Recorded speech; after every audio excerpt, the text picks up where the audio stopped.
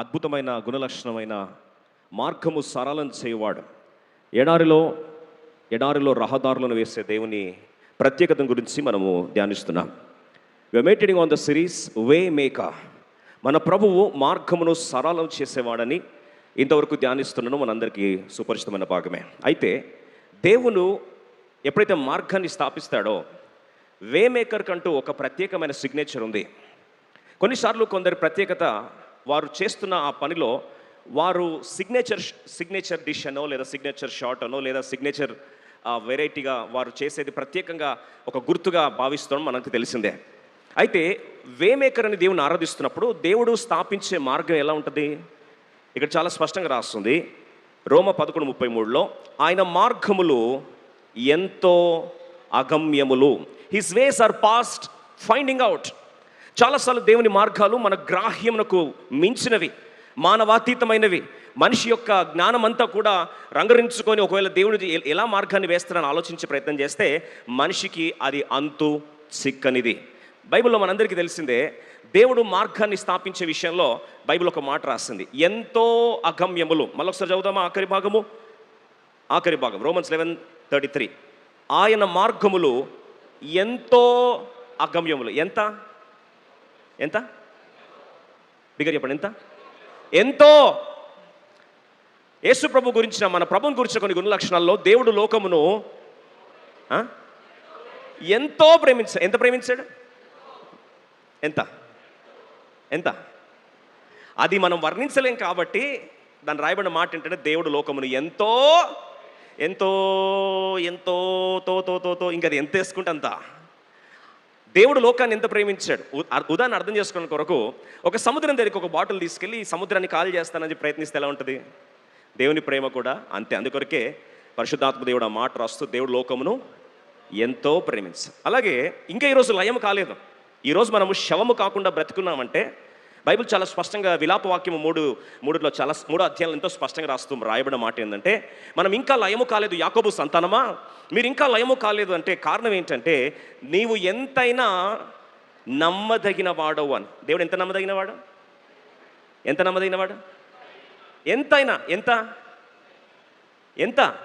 ఎంతైనా నమ్మదగినవాడు. దేవుని ప్రేమ ఎంతో ఎంతో ప్రేమించాడు. దేవుని నమ్మకత్వం ఎంతైనా నమ్మదగినవాడు. ఇప్పుడు మూడోదిగా దేవుని మార్గములు ఎంతో అగమ్యములు. ప్రభు అంటాడు, మీ ఆలోచనలు వంటివి కాదు, నా మార్గములు మీ మార్గములు వంటివి కాదు. భూమికి ఆకాశంలోకి ఎంత ఎత్తో అంత ఎత్తుగా నా మార్గములు ఉన్నవి అని ప్రభు జ్ఞాపకం చేస్తున్నాడు. మనము మార్గములు వేయాలి అంటే ఖచ్చితంగా ఆ ప్రాంతం టెర్రైన్ చెక్ చేస్తారు, సాయిల్ టెస్టింగ్ చేస్తారు, ఇక్కడ మార్గము వేయొచ్చా లేదని సివిల్ ఇంజనీర్స్ ముందే చెక్ చేస్తారు. అయితే దేవుడు మార్గము వేయాలి అంటే ఆయన ఎక్కడెక్కడ మార్గాలు వేస్తాడట? యెషయా గ్రంథము 43వ అధ్యాయము 16వ వచనంలో దేవుని మార్గ శైలి, ఆయన రేంజ్ ఎలా ఉందో ఒకసారి చూద్దాం. ఎందుకంటే మన జీవితంలో దేవుడు మార్గాన్ని సరళం చేయగలడని చెప్పి సాధారణంగా చెప్తే మనకు అర్థం కాదు. యెషయా 43:16 చదివితే, సముద్రములో త్రోవ కలగజేయవాడు, వడిగడ జలములలో మార్గము. యోబు గ్రంథం 28వ అధ్యాయం 20వ వచనంలో ఇంకా కొద్దిగా ముందుకెళ్తే ఆయన మార్గము, తన శైలిలో మార్గమును సరళం చేయడమే కాదు, ఆయన మార్గాన్ని స్థాపించే క్రమంలో దేనికి మార్గాన్ని స్థాపిస్తాడో తెలుసా? రండి, యోబు గ్రంథము 28, జోబ్ 28:26. ఒకసారి యోబు గ్రంథం 20వ అధ్యాయం 20వ వచనం చూస్తే, వర్షమునకు కట్టడి నియమించినప్పుడు, ఉరుముతో కూడిన మెరుపునకు మార్గము ఏర్పరిచినప్పుడు. ఇప్పుడు చూడండి, ఈ మెరుపుకు ఏం చేస్తారు? ఉరుముతో కూడిన మెరుపునకు ఆయన ఏం చేస్తారంట? మార్గాన్ని ఏర్పాటు చేస్తారంట. దేవుడు ఎంత గొప్పవాడు కదా! ఉరుము ఏ యాంగిల్లో, ఎక్కడ, ఏ స్ట్రైట్ యాంగిల్లో ఎలా రావాలో, ఏ లైన్లో రావాలో దానికి మార్గాన్ని నిర్దేశించేది మన దేవుడు. నిజంగా మన జీవితంలో దేవుడు మార్గాన్ని నిర్దేశించే క్రమంలో కొన్నిసార్లు బహుశా నువ్వు ప్రార్థిస్తున్నావు, కానీ ప్రార్థించిన పిమ్మట ఇంకా నీ జీవితంలో సమస్య కాస్త ముదిరిపోతుందా? When you're still praying, is the problem getting complicated? Is the pain even becoming worse? ద్వారము తెరబడాలని ప్రార్థిస్తూ ఉంటే ద్వారము మూసివేయబడుతున్నాయా? సరే దేవుడు విడుదల ఇస్తాడని చెప్తేనేమో తీసుకెళ్ళి అన్ని వైపులా బంధించబడుతున్నావా? దేవుడు రాజభవనం తీసుకెళ్తాడని వాగ్దానం ఉంటే నేను తీసుకెళ్ళి చెరసాల్లో వేస్తున్నాడా? అసలు దేవుడు ఏం చేస్తున్నాడని ఆలోచిస్తున్నట్లయితే ఒక కుటుంబం యొక్క జరిగిన సంఘటన మీకు జ్ఞాపకం చేయాలని ఆశపడుతున్నాను. ఆ కుటుంబంలో తండ్రి బిడ్డలు దూరం చేయబడ్డారు. తండ్రి కుమారుని ఎంతగానో ప్రేమించాడు. ఆ కుమారుడినే ప్రపంచంగా భావించాడు. అయితే ఆ కుమారుడు లేకుంటే ప్రపంచాన్ని ఊహించుకోలేని పరిస్థితిలో ఈ తండ్రి కుమారులు దూరం చేయబడ్డారు. అయితే ఈ తండ్రి కుమారు దూరం చేయబడిన సందర్భంలో ఇప్పుడు తిరిగి వాగ్దానము నెరవేర్చబడే క్రమంలో దేవుడు వీరి జీవితంలో మార్గమును ఎలా ఏర్పాటు చేస్తూ వచ్చాడో క్లుప్తంగా 3 మాటలు త్వరగా చూడడానికి ప్రయత్నిస్తాం. ఆదికాండము అందరం కలిసి 42వ అధ్యాయము 5వ వచనం. ఆ తండ్రి పేరు యాకోబు, తన కుమారుడు పేరు యోసేపు. యోసేపుకు దేవుడు వాగ్దానం ఇచ్చాడు. వాగ్దానం ఇచ్చిన ప్రాంతానికి దేవుడు యోసేపుని తరలించాడు. గత వారం మనం చూస్తూ వచ్చాం. అయితే ఇక్కడ యాకోబు జీవితంలో తన కుమారుడు చనిపోయాడు అని వార్త తన హృదయానికి దిగ్భ్రాంతి కలిగించింది. ఎన్నో దినాలు, ఎన్నో సంవత్సరాలు, సుమారు 20 సంవత్సరాలు కన్నీటి పర్యంతమై గుండె కోత ఏడుస్తూ వచ్చాడు. ఆ కుమారుడు యొక్క మరణానికి గుర్తుగా మిగిలిన కుమారుడు చనిపోయాడని వాళ్ళు సృష్టించిన ఆధారాలకు ఆ రక్తంలో ముంచిన ఆ యొక్క చొక్కాయిని చూస్తున్నాడు. ప్రతిరోజు తన గుర్తు చివరి ఆఖరి గుర్తు అదే మిగిలిపోయింది.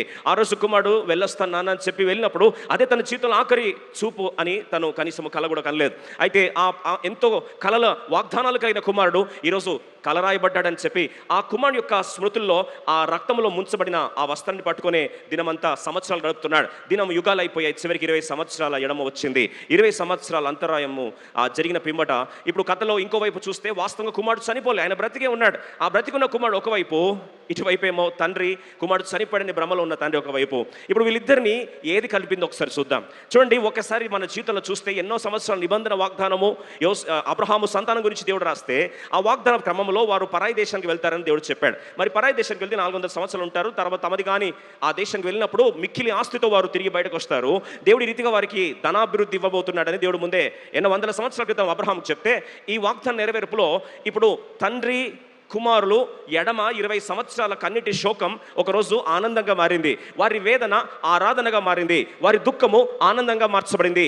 వారి జీవిత అనుభవాలు ఒక్క రాత్రికి సంపూర్ణంగా మార్చబడ్డాయి. అయితే ఇప్పుడు వారి జీవితంలో వీరిద్దరిని కలిపి దేవుని వాగ్దానం నెరవేర్చే క్రమంలో దేవుడు మార్గాన్ని ఎక్కడ స్థాపించాడు? ఆదికాండం 42వ అధ్యాయం 5వ వచనం త్వరగా జెనసిస్ 42:5. కరువు కానాను దేశంలో ఉండెను గనుక ధాన్యము కొనవచ్చిన వారితో కూడా ఇశ్రాయేలు కుమారులు ఇప్పుడు కరువు కానానులో ఉన్నది.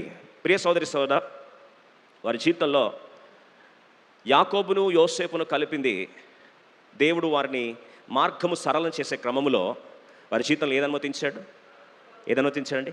కరువును అనుమతించాడు. ఇది ఆశ్చర్యం కాదా?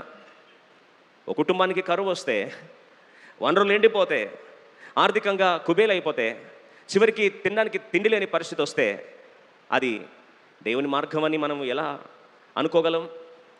విషాదకరమైన సంఘటన ఏంటంటే అంతవరకు వాగ్దాన దేశంలో కనానులో మనకందరూ తెలిసిందే పాలు తేనెలు ప్రవహించే దేశం. ఇప్పుడు ఆ దేశం ఏమైందట? కరువులోకి వెళ్ళిపోయింది. కొన్నిసార్లు మన జీవితంలో దేవుని మార్గాలు దేవుడు కరువులో వేస్తాడు. God sometimes lays his ways in our famine.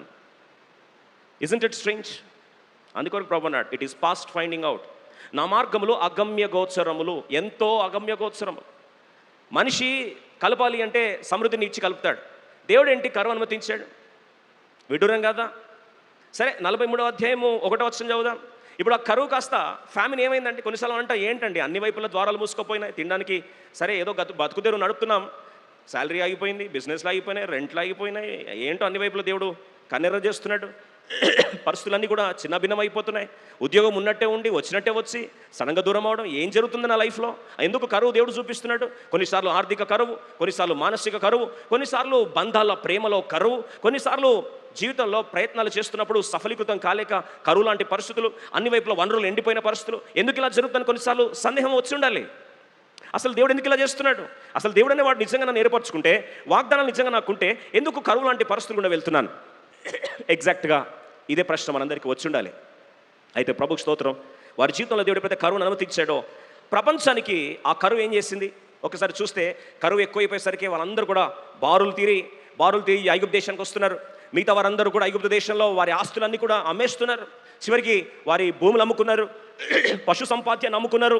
చివరికి అవన్నీ కూడా ఫరో పేరిట యోసేపు యొక్క ఆలోచన ప్రకారం వారు అన్నీ కూడా title deed transfer gift deed చేసేశారు.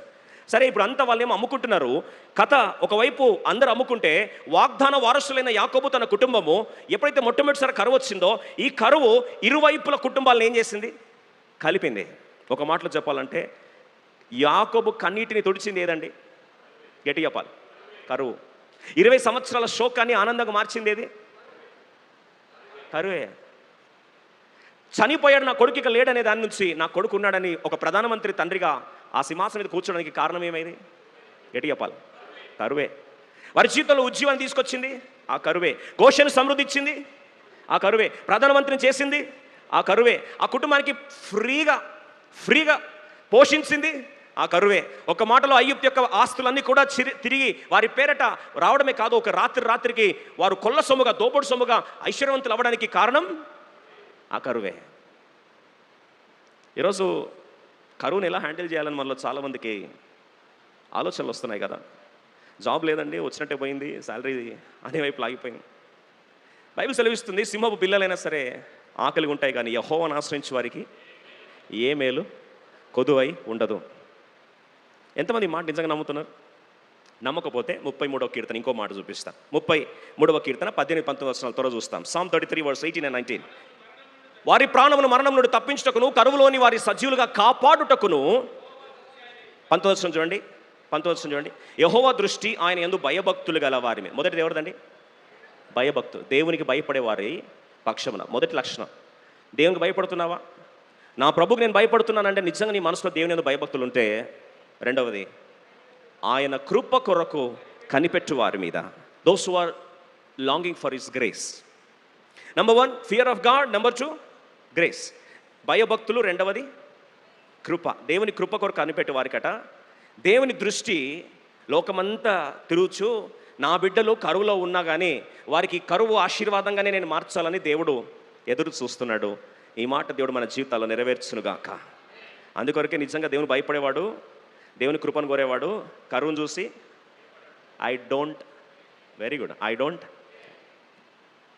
After all I don't care. ఎందుకంటే వనరులను ఎండగొట్టేది దేవుడు. Grains May disappear but grace will never disappear.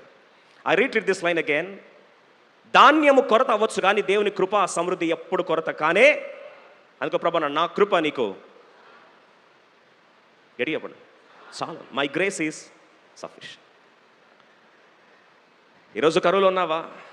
Pink slip వచ్చిందండి, నా జీవితంలో ఎందుకు ఇలా అన్ని ద్వారాలు మూసుకుపోతున్నాయి అర్థం కావట్లేదంటే, కరువు అన్యులకు వేదన మిగిల్చింది కానీ వాగ్దానంలో ఉన్న యాకోబుకి కరువు సంతోషాన్ని తీసుకొచ్చింది. The famine brought revival, famine brought reconciliation, famine brought rest. ఒక మాట చెప్పాలంటే కరువు తీసుకొచ్చిన ఆశీర్వాదాలు బహుశా యాకోబు జీవితంలో ఎప్పుడు ఏది తీసుకొని రాలే. దయచేసి రెండవ మాట చూడడానికి ప్రయత్నిస్తాం, కాలాతీతమైంది.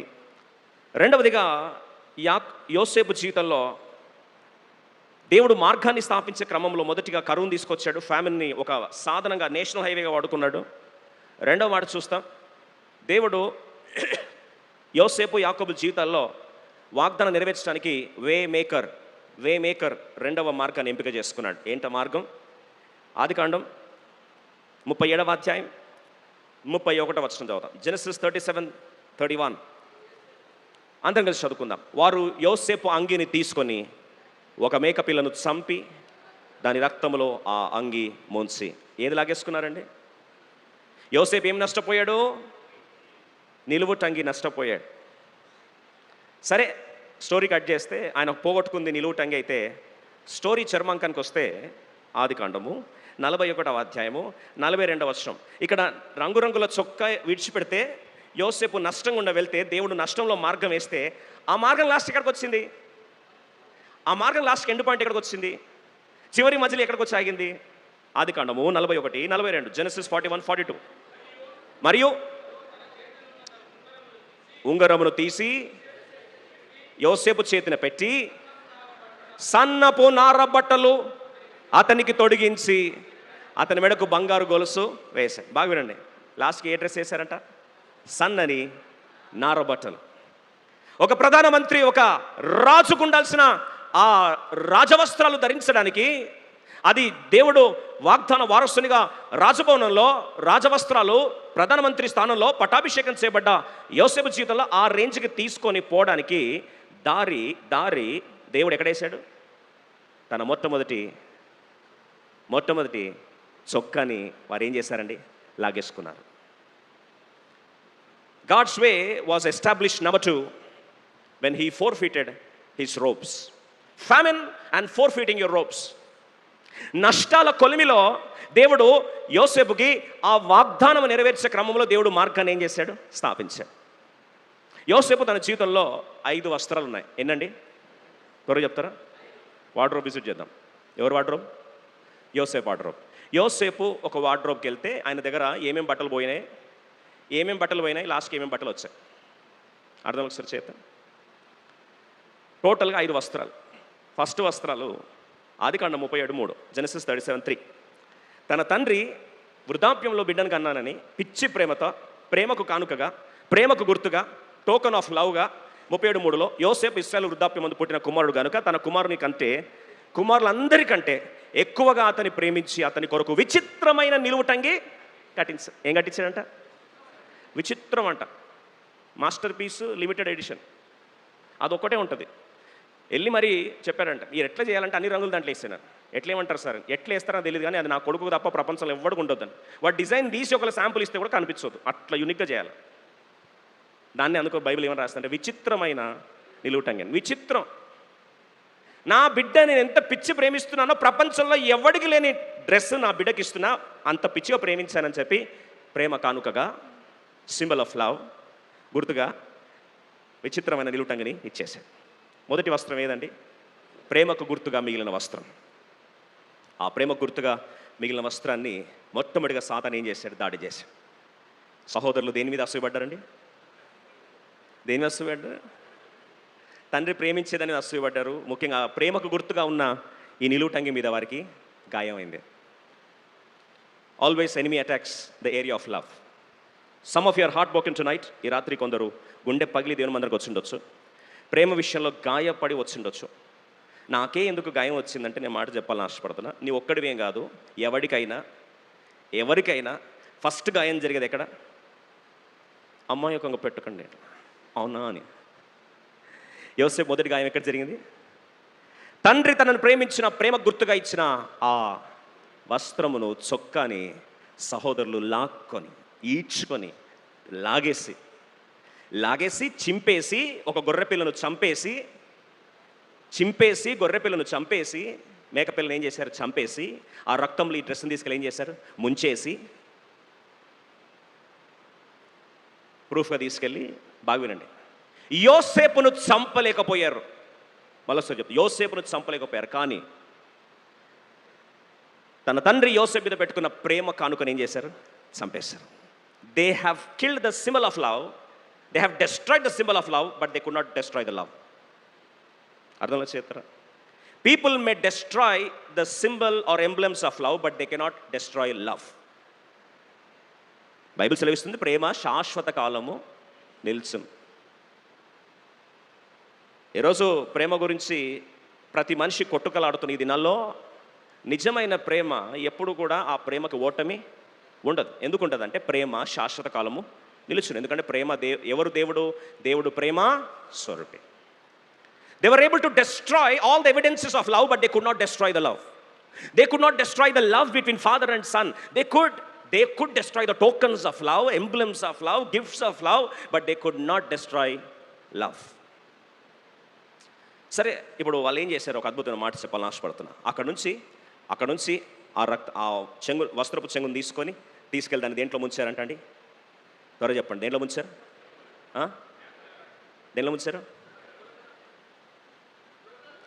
రండి చదువుదాం. 37:31 అద్భుతమైన మాట. 37:31 37:31 వారు యోసేపు అంగిని తీసుకొని ఒక మేక పిల్లను చంపి దాని రక్తంలో అంగిని ముంచు. బాగా వినండి, యోసేపు బదులు ఏది చనిపోయింది అక్కడ? త్వరగా చెప్పాలి. మేకపిల్ల చనిపోయింది. బహుశా యోసేపు గుంతలో ఉన్నప్పుడు మీరే ఉన్నారు, మనం ఉన్నామని ఊహించుకోండి. అన్నలు మాట్లాడుతున్నట్టు వీని చంపేద్దాము అని. వీనేం చేస్తా? చంపేద్దాం. మీరు పక్కనుంటే మీ గురించి మాట్లాడుతారు అందరు కలుపుకొని. 11 మంది పన్నాగం బట్టి వీడిని చంపేద్దాం, ఈ గుంతలో చంపేద్దామని అందరూ మాట్లాడుకొని ప్లాన్ చేస్తాం. మీకు ఎలా ఉంటుందండి? అమ్మాయిగా చూస్తారేంటండి? గుండె అయిపోతుంది కదా. సడన్గా న్యూస్ వచ్చిందంట, ఎవరో మాట్లాడన్నారు, వీని చంపితే ఏమొస్తుంది అనేసరికి వావ్ కరెక్ట్ చూడ కరెక్ట్ లైన్లో ఉన్నాడు. వీని చంపితే ఏమొస్తుంది? సరే, గొర్రెపిల్ల మరి వీడు లేడంటే మిస్సింగ్ కేసు రిజిస్టర్ అవుతుంది కదా పోలీస్ స్టేషన్లో మిస్సింగ్ కేసు రిజిస్టర్ అయితే వేటాడి మరీ వెతుకుతారు కదా. మిస్సింగ్ కేసు రిజిస్టర్ అవ్వద్దంటే మనం ఏదో ఒకటి క్రియేట్ చేయాలి. ఏమని? నిజంగా నా వ్యక్తి లేడని. ఏం చేద్దాం? చూస్తున్నారంట, వీడిని బతికించాలంటే వీని ప్లేస్లో ఇంకో ఏదో చంపాలి. చూశారు, ఒక మేకపిల్లని తీసుకున్నారు మందలో నుంచి. ఆ మేకపిల్లని ఏం చేస్తారండి? చంపేశారు. బహుశా మనసులో అనుకుంటవచ్చు, నేను చావాల్సిన ప్లేస్లో అక్కడ ఆలోచిస్తున్నప్పుడు నేను చావాల్సిన ప్లేస్లో గొంతు నా మీద కత్తి పడాల్సింది ఎవరి మీద పడింది? దేని మీద పడింది? మేకపిల్ల మీద పడింది. నేను చచ్చిపోయానని ప్రూఫ్గా నా వస్త్రాన్ని ముంచేశారు నీళ్ళ రక్తంలో. ఆ రక్తం చిందించడానికి ఎవరిని చంపేశారు? మేకపిల్లని చంపేశారు. నాకు బదులు మరణించిన ఆ గొర్రెపిల్ల, నాకు బదులు మరణించిన ఆ మేకపిల్ల, ఆ రక్తం నన్ను ఏం చేసింది? ప్రాయశ్చిత్తం చేసింది, అంటే అటోన్మెంట్ చేసింది. నేను చావాల్సిన ప్లేస్లో అది చనిపోయింది. యోసేపుకి ప్రాణభిక్ష వేయబడింది. ప్రియ సోదరి అదే జరిగింది కల్వరి శిలలో. యోహాను భక్తుడు యేసుప్రభువును చూసేవాడు తెలుసా? లోక పాపను మోసుకొని పోవు దేవుని గొర్రెపిల్ల అని. ఎవరైనా?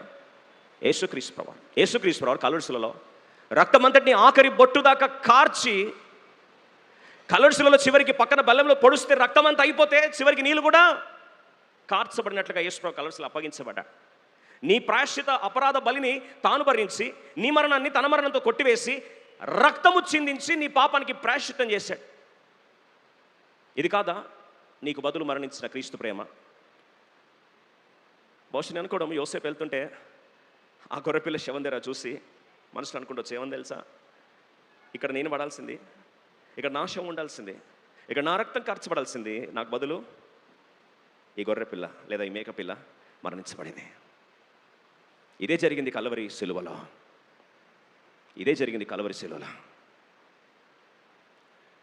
లేకపోతే ఆ రోజు కలలన్నీ కూడా పేక మెడలాగా కూలిపోయేవేమో.